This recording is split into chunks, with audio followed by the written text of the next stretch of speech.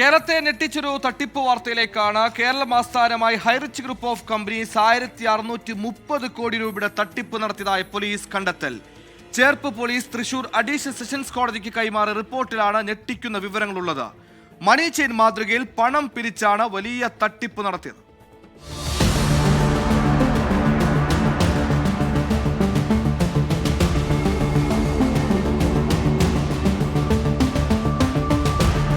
കോഴിക്കോട് സ്വദേശി PA വത്സലന്റെ പരാതിയിലാണ് വിശദമായ അന്വേഷണത്തിന് തൃശൂർ അഡീഷണൽ സെഷൻസ് കോടതി നിർദ്ദേശിച്ചത്.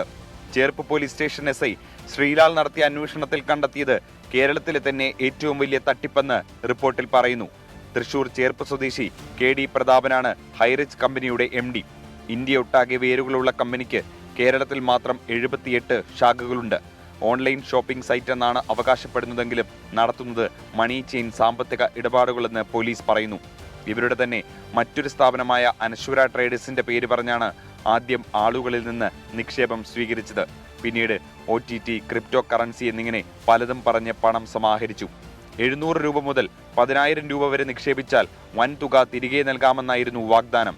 ഇത്തരത്തിൽ കുറഞ്ഞത് 1630 കോടി രൂപയുടെ തട്ടിപ്പ് നടന്നിട്ടുണ്ടാകുമെന്നാണ് പോലീസിന്റെ പ്രാഥമിക വിലയിരുത്തൽ.